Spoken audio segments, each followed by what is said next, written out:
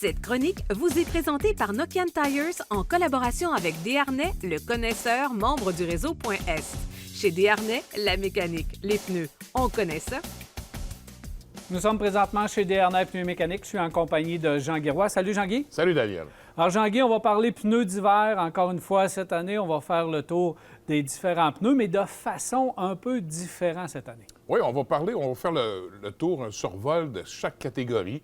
On parle de premium, de haut de gamme, d'intermédiaire, de pneus économiques, pneus sport, donc automobile et camionnette. On a regroupé sous ces groupes-là différents manufacturiers avec différents produits.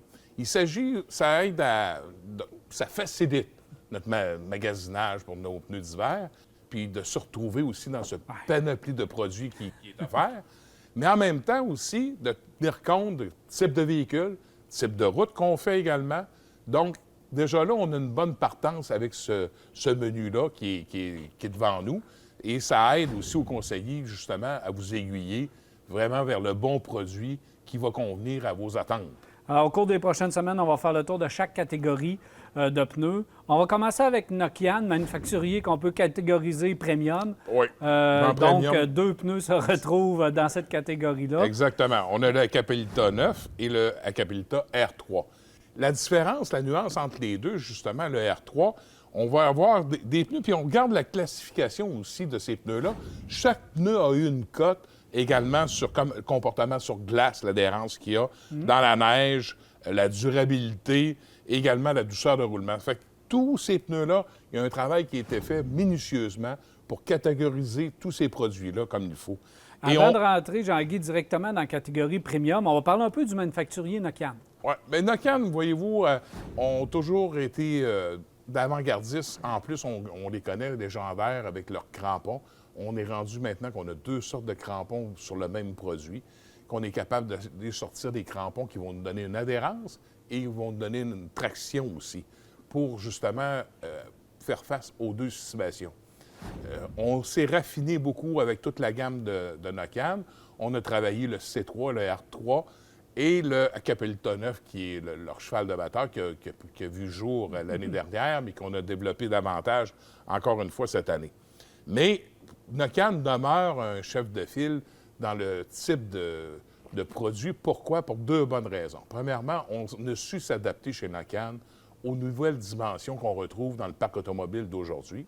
On a réagi rapidement. Ils ont réagi très rapidement. Deuxième des choses, c'est que le manufacturier, on sait que de l'importation de Nokian, la source d'importation de Nokian, on a su mettre de composés de caoutchouc avec le synthétique et le naturel, qu'on est allé chercher des recettes extraordinaires qui vont nous donner une adhérence. Puis on a beaucoup d'affinités avec leurs hivers qui ont par chez eux par rapport à nous autres. Donc, on est capable d'aller chercher une adhérence qui est favorable pour nous autres et le caoutchouc s'adapte bien.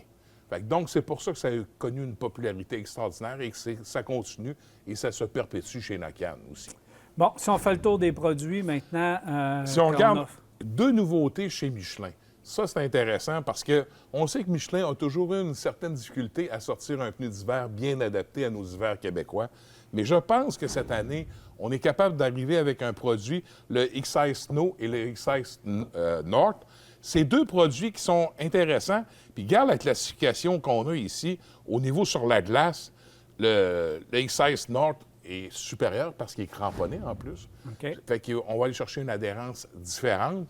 Mais c'est deux produits qui sont intéressants aussi au niveau structure, carcasse. Le manufacturier a travaillé beaucoup au niveau de sa structure du pneu et l'épaulement également. Parce qu'on sait très bien, tu sais, Daniel, dans le parc automobile, tu en fais des essais routiers à tous les semaines. Tu remarques la dimension des pneus sur les véhicules. On exagère de plus en plus. On s'en va avec une empreinte 18 pouces, c'est rendu petit. Oui, exactement. C'est incroyable. Oui, c'est incroyable. Donc, ça donne des casse-têtes, veut pas, aux manufacturiers de pneus. Fait que pour sortir des produits premium avec une adhérence extraordinaire, il faut qu'ils aient travaillé beaucoup sur le type de caoutchouc, le design de semelle et également aussi au niveau de la carcasse. Pourquoi la carcasse? Parce qu'on en vient au sujet qu'on veut parler aussi au niveau des capacités de charge. Les capacités de charge, c'est très important pour deux bonnes raisons. Premièrement, la capacité de charge de votre pneu est importante parce qu'il faut qu'elle soit en mesure de garder cette charge-là de pneu pour, justement, la charge morte du véhicule, soit capable de le garder pour ne pas faire une usure prématurée. Parce que des fois, on dit « Ah, c'est un bon pneu, mais il a fait un hiver et demi, c'était terminé. » La voiture est trop lourde pour le pneu. Et voilà. Fait que donc, en étant trop lourd pour le pneu, qu'est-ce que ça a fait? Ça a fait une usure prématurée à notre pneu. Et à ce moment-là, on est déçu de notre achat. Donc, c'est juste une question d'être attentif à la capacité de charge du produit qu'on s'apprête à mettre sur notre véhicule. À l'inverse, qu'est-ce que ça va faire si j'ai un pneu qui a une capacité de charge trop élevée pour un véhicule? Il y a beaucoup moins d'impact, mais il y en a un impact qui peut nous survenir. C'est que ça va faire une usure dans dents de scie. Parce que le pneu va être trop raide, trop rigide. Bien, à ce moment-là, ça va faire en sorte que le pneu va user en bosse. Fait que ça peut arriver qu'on ait une usure en bosse. Mais l'impact est beaucoup plus minime que le contraire. Le contraire, c'est une usure prématurée assurée. Est-ce qu'on a fini le Premium? Il reste encore un oui, il pneu reste ou deux? deux clins d'œil, une nouveauté chez Goodyear. Il faut la souligner, c'est rare que ça arrive. Winter Command Ultra, douceur de roulement extraordinaire, pneu unidirectionnel, et c'est un pneu glace et neige. Dans la même lignée de pensée chez Bridgestone, le Blizzak WS90. Donc, c'est deux produits qui sont vraiment désignés pour un travail extraordinaire sur pavé mouillé et glacé. Jean-Guy, on vient de voir les pneus premium. Oui.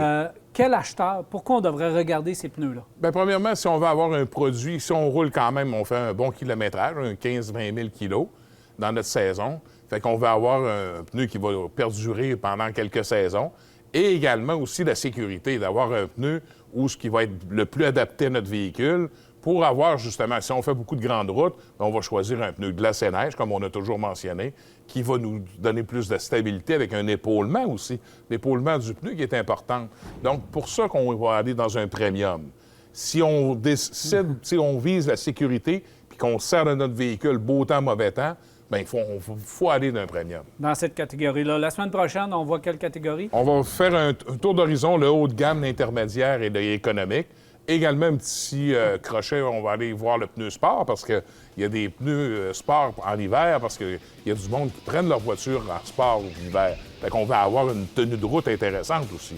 Merci beaucoup, Jean-Guy. Au plaisir.